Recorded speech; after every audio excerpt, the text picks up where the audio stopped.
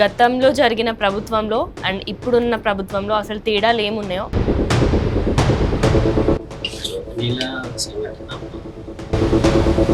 శాపాలు పెట్టడం ఇవన్నీ కూడా జరిగినాయి. మరి నేను చెప్పింది అదే, నా మనసు హట్టి చేస్తే మరి నేను శాపం పెట్టే పోతాయి. ఇక్కడ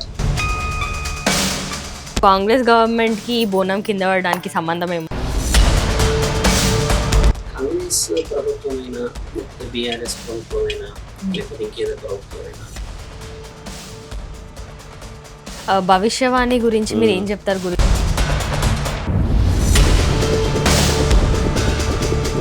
ఫైర్ ఇన్సిడెంట్స్ అనేటివి మరియు వర్షాలు అనేటివి, జోగినీల బోనాల పండుగ కూడా ఒక రోజు అనేది మేము స్టార్ట్ చేయాల్సి వస్తుంది అని చెప్పి ఆమె వార్నింగ్ ఇచ్చి మరి అందరితో అక్కడ గొడవలు పెట్టుకోవడం స్టార్ట్ చేసినారు. ఫైర్ ఇన్సిడెంట్స్ అనేటివి. నమస్తే, వెల్కమ్ టు ఆంధ్రప్రభ. నేను కావేరి. సో ఈరోజు మనతో పాటు స్టూడియోలో ఉన్నారు శివరుద్ర గురూజీ. అంటే రీసెంట్గా జరిగిన సికింద్రాబాద్ ఘటన ఏదైతుందో దాని మీద మాట్లాడడానికి ఈరోజు శివరుద్ర గురూజీ అయితే మనతో పాటు ఉన్నారు. సో ఒక్కసారి అయితే గురూజీతో మాట్లాడి అసలు అంటే ఎందుకు అలా జరిగింది, గత సంవత్సరంకి ఈ సంవత్సరంకి గతంలో జరిగిన ప్రభుత్వంలో అండ్ ఇప్పుడున్న ప్రభుత్వంలో అసలు తేడాలు ఏమున్నాయో ఒక్కసారి గురూజీతో మాట్లాడి తెలుసుకోవడానికి ప్రయత్నిద్దాం. నమస్తే గురూజీ. నమస్కారం అమ్మా. గురూజీ చెప్పండి, అసలు మొన్న జోగినీల సంఘటన ఏదైతే జరిగిందో దాని గురించి మీరు ఏం చెప్తారు? అసలు అంటే జోగినీల సంఘటన అమ్మ, వాళ్ళు ఒక 10-15 days బిఫోర్ ఒక ప్రెస్ మీట్ రిలీజ్ చేసుకోవడం, తర్వాత కొన్ని హామీలు ఇచ్చుకోవడం జరిగింది. అంటే విషయం ఏంటంటే ఒక సాధువులైనా సహజంగా సామాన్యమైన జీవితంతో ఉన్న ఏ భక్తుడికైనా మహంకాళి అమ్మవారి యొక్క బోనాలు కొన్ని సంవత్సరాల నుంచి అందుతూ ఉంటాయి. ఇప్పుడు గత 15-20 సంవత్సరాల నుంచి జరుగుతున్న మహోత్సవాలు వేరు, అంతకు ముందుకు జరుగుతున్న మహోత్సవాలు వేరు. అంటే సంవత్సరం గడుస్తున్న కొద్ది క్రౌడ్ పెరుగుతూ వస్తున్నది. అంటే భద్రత కూడా అవసరం అక్కడ. జోగినీలు లేదా శివసత్తులైన బోనం ఎత్తినప్పుడు గౌరవార్థంగా బోనం సమర్పించే హక్కు ప్రతి ఒక్కరికి ఉంటుంది. బోనం ఒకవేళ కింద పడింది అన్న సందర్భాన్ని మనం తీసుకున్నప్పుడు ఏమవుతుందంటమ్మా, అమ్మవారు కూడా అది నచ్చదు. ఎందుకంటే అమ్మవారికి ఈరోజు పేరు, ఈరోజు అంతటి కీర్తి ప్రతిష్టతలు వచ్చాయి అని అంటే బోనాలు చూడడానికి వస్తారు. ఇప్పుడు ఒకవేళ మీరే బోనం ఎత్తారనుకోండి, మీరు సహజంగా నడుచుకుంటే వెళ్తారమ్మా. కానీ ఒక సెట్ ఆఫ్ లైఫ్ వాళ్ళది. అంటే బోనాలు ఎత్తుకొని వస్తూ వాళ్ళు ఆడే ఆ అంగరంగ వైభవాన్ని చూడడానికి చాలా మంది వస్తారు. ఇప్పుడు పేరు ప్రతిష్టతలు రావడానికి గల పాత్రదారులు కూడా వాళ్ళు. ప్రభుత్వం అన్న విషయం నేను ఎప్పుడు మాట్లాడాను, ఎందుకంటే రాజకీయంగా చూసే తత్వం కాదు. ఇదంతా దైవాధీనమైన మన మనస్సాక్షులు మాట్లాడాలి. ఇప్పుడు జోగినీల బోనం పడ్డ తర్వాత నేను జర్నీలో ఉన్నాను, టువర్డ్స్ వరంగల్ నుంచి వస్తున్నాం. చాలా బాధ అనిపించింది. అంటే ఆ బోనం పడ్డాక వాళ్ళు ఏడుస్తున్నారు, కొంతమంది ఏమంటున్నారంటే నటిస్తున్నారు అని అన్నారు, ఇంకొందరు అయితే డైరెక్ట్ గా మొహంలో మైక్ పెట్టేసేసి మీరు ఇలా అలా అని అంటూ ఉన్నారు. ఎందుకంటే వీ హ్యావ్ నో రైట్, బాగా గమనించాలి. ఇప్పుడు ఏమవుతుందంటే అమ్మా, ఒక బోనం పడ్డ తర్వాత కించపరిచే పరిస్థితి రీత్యా మాట్లాడకూడదు. కొంతమంది కామెంట్స్ ఏమిస్తున్నారు అని అంటే, నిజమైనదా అబద్ధమైనదా, అమ్మవారు మీకు సహకరణ లేదు అందుకు పడేశారు అని కామెంట్స్. కామెంట్ ఏముంటది అంటాము, నువ్వు ఎవరు తెలియదు, నువ్వు ఏదో అకౌంట్లో పెట్టుకొని కామెంట్ చేస్తావు అంటే అది ఉద్దేశపూర్వకంగా పెట్టింది. ఇప్పుడు బోనము పరిపూర్ణంగా స్త్రీ శరీరం ఎత్తిన ఆడవాళ్ళు కూడా ఎత్తలేరమ్మా. నేను దానికి పరిపూర్ణంగా అంగీకరిస్తాను. ఒక శివతత్వాన్ని, శివసత్తులు అన్న పేరు మోసి జోగిని అనే ఒక ఆలోచనని మోసిన వాళ్ళు మోసే బోనానికి విలువ ఎందుకు ఉంటుందంటే పరిపూర్ణమైన అర్ధనారీశ్వర తత్వం. వాళ్ళ శరీరం ఇప్పుడు స్త్రీ పురుషుడిలాగా ఉండదు, భారీగా పెరిగి వారి యొక్క మొహం, వారి యొక్క బోనం ఎత్తే ఆ పద్ధతి, వాళ్ళ యొక్క కవలికలు చాలా ముఖ్యమైనది. ఇక్కడే చాలా రహస్యమైన మాటలు మాట్లాడతారు. ఎలా అంటే అమ్మా, వారికి బోనం ఎత్తే అవకాశమే ఎందుకు ఇచ్చారు? అలా ఉన్న వాళ్ళని వేరే వేరే పరిస్థితులు కూడా తీసుకుపోవచ్చు, వేరే ఉద్యోగాలు ఎత్తాను. కానీ మన ప్రాంతాల్లో గ్రామ దేవతలకి విలువ ఎక్కువ. కాబట్టి వారి యొక్క ఈ భాగం మెడ అంటే ఈ యొక్క భాగం చాలా సౌష్ఠవంగా ఉంటుంది. ఎందుకంటే వారు పరిపూర్ణమైన స్త్రీ కాకుండా లేదా పరిపూర్ణమైన పురుషుడు కాకుండా ఉండడం వల్ల వారికి అంతర్గతంగా పరమాత్ముడు శక్తి, అర్ధనారీశ్వర తత్వము అంటారు. అలాంటి వాళ్ళు బోనం తీసుకొని వచ్చి అపశృతి జరిగింది అని అంటే ఎవరికైనా బాధే. తర్వాత కొన్ని అంశాలు వాళ్ళు చేసిందల్లా సమయ పాలన కొంచెం ల్యాప్స్ అవ్వడం, 1 2 3 4 అనుకున్నారు, వాళ్ళు కొంచెం లేట్ వచ్చారు. అంటే లేట్ రావడానికి కూడా కారణాలు మరి మామూలుగా జాతర అవుతుంది అమ్మా, చాలా హెవీగా అవుతుంది జాతర. కాబట్టి ప్రభుత్వాలని మేము ఒక సాధువుగా కోరుకునేది ఏంటంటే అమ్మా, ఇంకా ఏర్పాట్లు చాలా బలంగా చేయాలి, ఇంకా చాలా చక్కగా పోవాలి. అంటే వారికంటూ ఒక దారి లాంటిది ఏర్పరచుకోవడం చేత చాలా మందికి మీరు అన్నట్టుగానే అపశృతి కాదు బోనంది, అపశృతి అమ్మవారి గుడి ప్రాంతంలోనే పడ్డది కాబట్టి అమ్మ స్వీకరించినట్టే. కాబట్టి మనం చేయాల్సింది ఏంటంటే, మనం మనస్ఫూర్తిగా ఇస్తే మన మనస్సాక్షి కొంచెం తృప్తి చెందుతుంది. ఆ హడావిడిలో లేకపోతే గొడవలను ఈ ఛానలైజేషన్ ఆ ఛానలైజేషన్ అని చెప్పి పోలీసు వాళ్ళు ఇటువంటి తూపులాటలో పడిపోవడం అనేది మనసుకు బాధ. ఇప్పుడు బీయింగ్ యాంకర్ ఆలోచించుకుంటూ ఒక మానవత్వంగా ఆలోచిస్తే బోనం కింద పడడం బాధ. కానీ ఇక్కడ మనం మాట్లాడుతుంది ఏంటంటే బిహేవియరల్ ఇష్యూస్ మాట్లాడుతున్నాం. Absolutely we have no right to talk about మన ఇండివిజువల్ బిహేవియర్స్. ఒక వ్యక్తి యొక్క బిహేవియర్ మాట్లాడే రైట్స్ మనకు లేవు. ఎందుకంటే అమ్మకి అలాంటి హడావిడి జరగకపోతే మరి మహంకాళి జాతర ఎలా అవుతుంది? ఆలోచించాల్సిన ప్రశ్న. ఒకప్పుడు ఏనుగులు అంబారి పైన ఊరేగింపులు జరిగేవిట. అలా జరుగుతున్నప్పుడు అమ్మ ఎన్నో ఎన్నో ఎన్నో లక్షల భక్తులు వచ్చిన సందర్భాన్ని కూడా కంట్రోల్ చేయగలిగింది ప్రభుత్వం. ఇప్పుడు ఎందుకు కంట్రోల్ చేయలేకపోతుంది అనేది మీరు ఆలోచిస్తే ఏంటంటమ్మా, ఇప్పుడు ఏంటంటే ఆకతాయి తత్వం పెరిగిపోయింది. ఆకతాయి తత్వం అని అంటే బోనాన్ని భక్తితో చూడడం వదిలిపెట్టేయడం, తర్వాత చూసేదాన్ని వైవిధ్యంగా చూడడం, తర్వాత చూసే దాంట్లో మార్పులు చేర్పులు రావడం చేత వారికి ఇబ్బంది. ఇప్పుడు ఒక స్త్రీ పరిపూర్ణంగా బోనం ఎత్తుతుందా అమ్మ? ఈరోజు ఎత్తలేకపోతుంది, మీకు తెలుసా? అంతటి ఐసైట్ డిఫరెన్సెస్ వచ్చాయి తల్లి.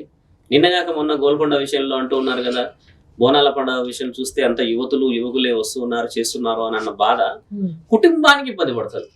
యువకులు అయితే అది బాగా ఎంజాయ్మెంట్ మూమెంట్, ఎందుకంటే అందరం అదే వయసు దాటి వచ్చాము. కానీ ఇప్పుడున్న సందర్భాల్లో బోనం అనేది పరమాత్ముడి ఆజ్ఞతో పడదు.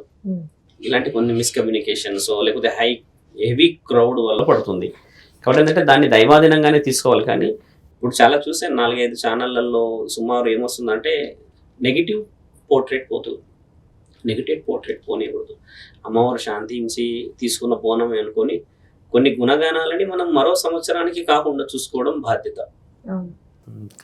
అయితే గురూజీ, ఇప్పుడు మీరు అన్నట్టే మీరు చాలా ప్రాక్టికల్గా అన్నారు. అంటే బోనం కింద పడడం అది తప్పేమీ కాదు, అమ్మవారికి చేరుకున్నట్టే అని చెప్పి మీరు అన్నారు. మరి ఇప్పుడు ఇక్కడ జోగినీలు ఎవరు బోనం అయితే కింద పడ్డదో, ఇప్పుడు శ్యామలాదేవి గారు ఉన్నారు.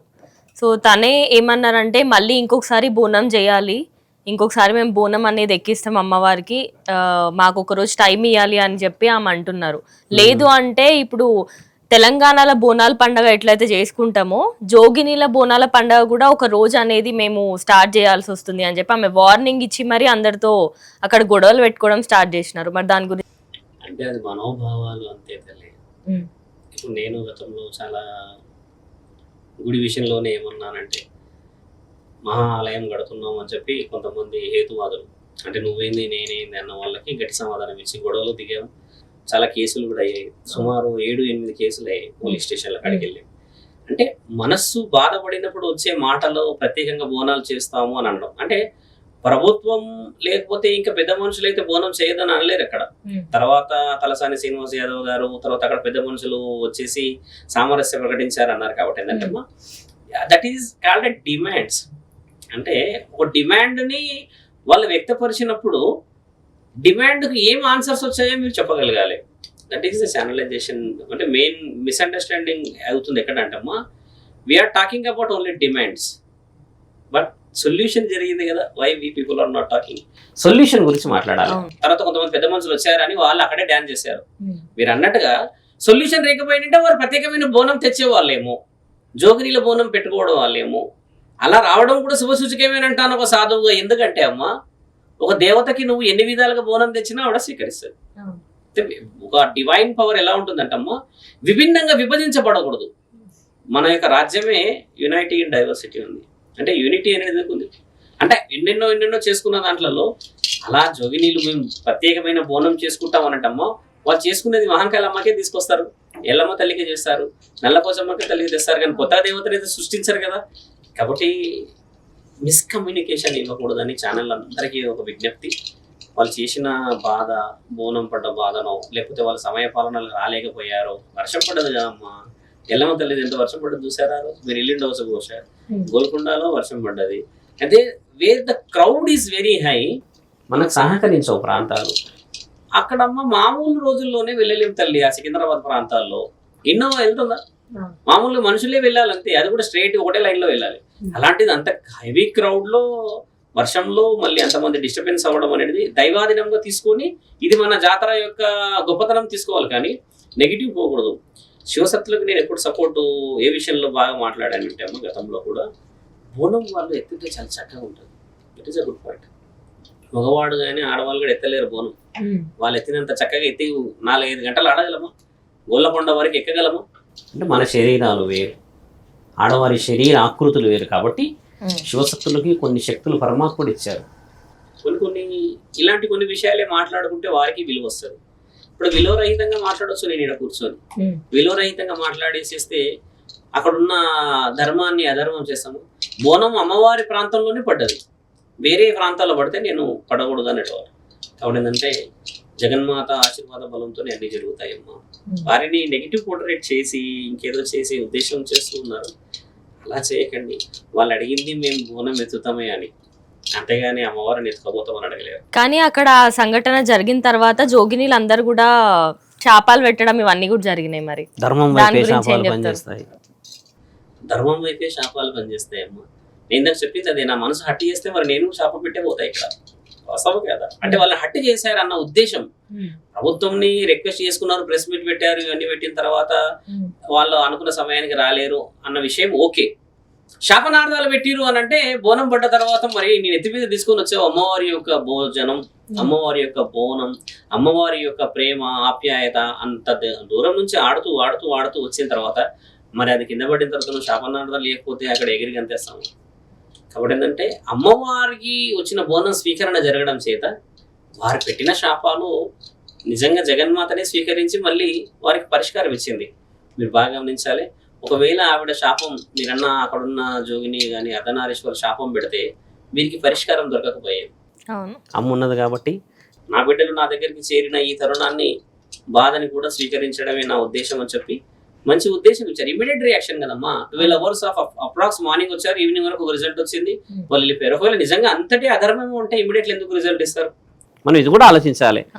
కొన్ని విషయాలని ఏంటంటే చూసే చూపు మార్చుకోవాలని నా ఆలోచన. వారిని శాపనార్థాలు శాపనార్థాలు పెడుతున్నారు అని ఇది అనడం ఎలా అయిపోయింది అంటే అదేదో వాళ్ళు పర్సనల్ గా వచ్చి నువ్వు పోతుంటే కార్లో నిన్ను పిలిచి శాపం పెట్టినట్టు ఉన్నది.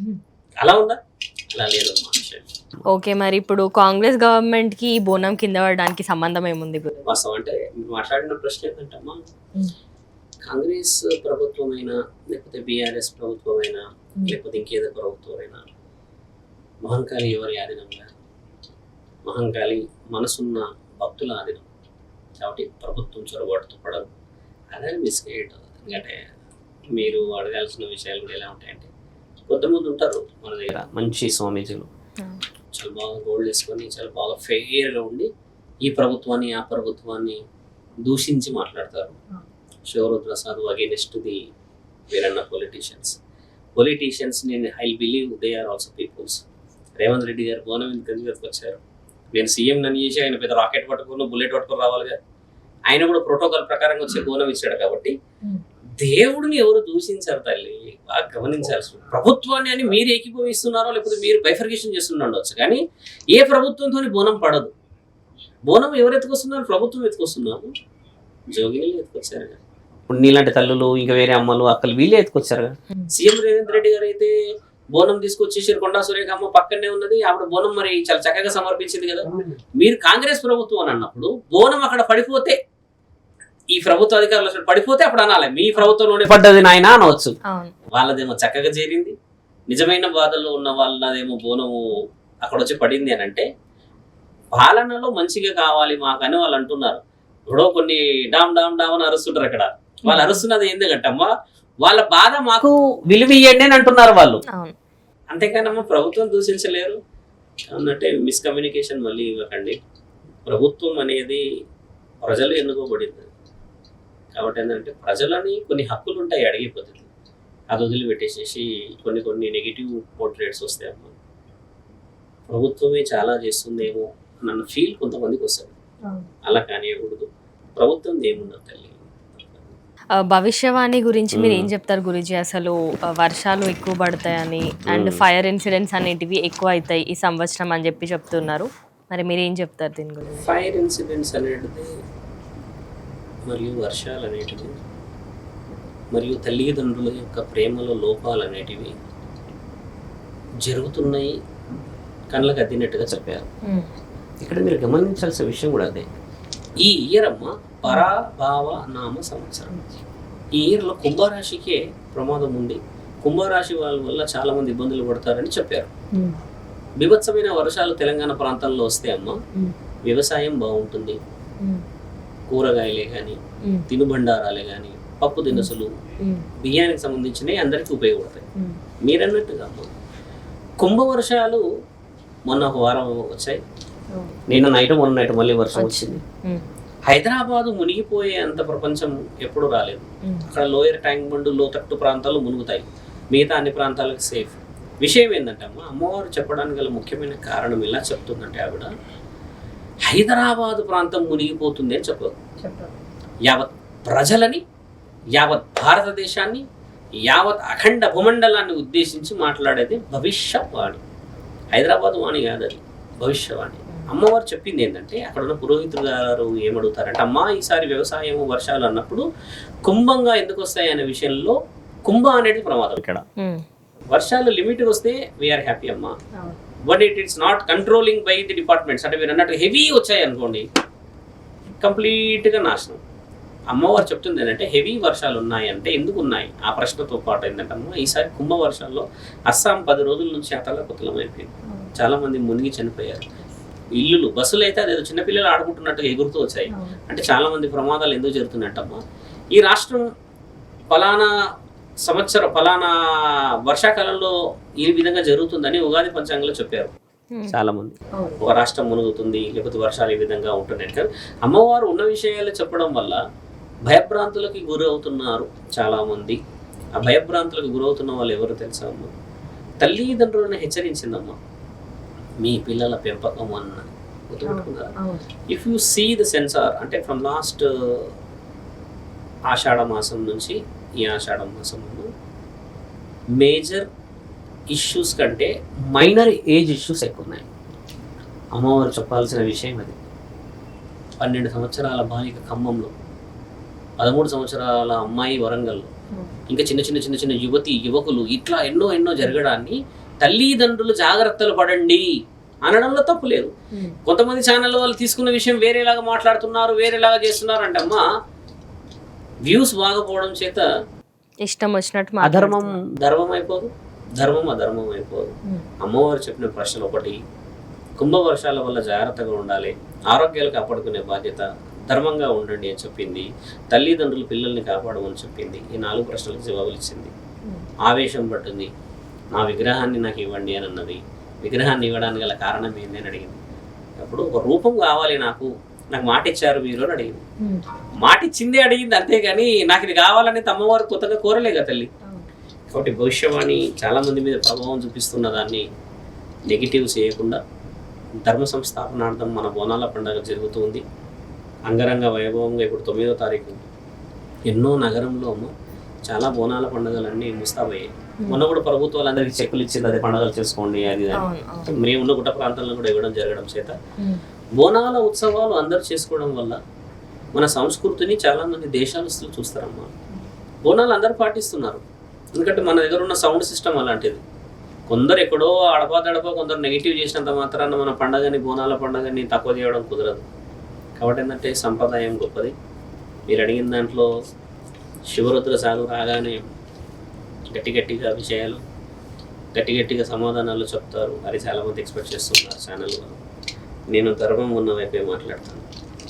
ధర్మాన్ని అవహేళన చేసినప్పుడు శివ భక్తుల యొక్క తత్వం బయటకు వస్తుంది. మహంకాళి అని అంటే జగన్మాత పార్వతీదేవి.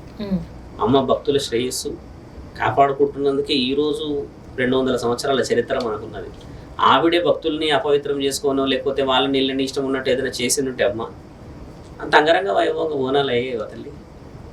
ఎన్ని లక్షలు ఖర్చు అయ్యో తెలుసా మీకు ఎక్కడమ్మా? You have any estimation? You don't have. నాకు తెలిసి above 150 to 200 CR above expectation పోయి ఉండొచ్చు. అంత ఎత్తున జరిగింది. పెద్ద వ్యక్తి ఒక ముఖ్యమంత్రి అక్కడికి రాగలిగిందంటే అమ్మ అమ్మవారి వైభవం అలాంటిది. బంగారు పనుముడు సమర్పించారు లాస్ట్ ఇయర్, అంత ముందుకు ఇయర్ ఎప్పుడో. ఇవన్నీ సమర్పిస్తూ ఉంటే అక్కడ విలువ లేకుండా అయితే కుదరదు కదా. ఇదంతా మన వైభవం. జగన్మాత పార్వతీ స్వరూపం మహంకాళి కాబట్టి ఎల్లమ్మ తల్లి భక్తులు ఎంతమంది వస్తారు చూసారు. నల్లపోచమ్మ తల్లి భక్తులు వస్తారు కదా. కాబట్టి ఏంటంటే ధర్మాన్ని కాపాడదాం. శివసత్తులు ఏదో తప్పు చేసేసారు అన్నట్టుగా చిత్రీకరించకండి, తప్పది. మనోభావాలు అవి. ఇప్పుడు మీరే ఏదైనా పిక్నిక్ వెళ్తే ఎవరైనా డిస్టర్బ్ చేస్తే మీరు శాపించరా? కాబట్టి ఆ విధంగానే తీసుకోవాలని చెప్పేసి ఛానల్ ద్వారా అందరికి చెప్తున్నాను. చివరగా ఒక ప్రశ్న గురుజీ, ఇప్పుడు భవిష్యవాణి ఏదైతే చెప్పినారో అదంతా నిజంగా నమ్మొచ్చా మనము? నిజంగా జరుగుతాయి అవన్నీ? అమ్మ భవిష్యవాణి ఏం చేసిందంటే, మీ పేరమ్మ కావేరి ఏం చేసిందో చెప్పలేదు ఆవిడ. అమ్మవారు వచ్చేసి ప్రజలకు ఏం కావాలో చెప్పేది కాబట్టి, ప్రజలను ఉద్దేశించి మాట్లాడింది కాబట్టి, ప్రజల శ్రేయస్సు వర్షాల మీద, వ్యవసాయం మీద, ఆయురారోగ్యాల మీద, తల్లిదండ్రుల యొక్క పర్యవేక్షణ మీద ఆధారపడి ఉందని చెప్పింది కాబట్టి అవి నిజమైన ధర్మ ప్రశ్నలు.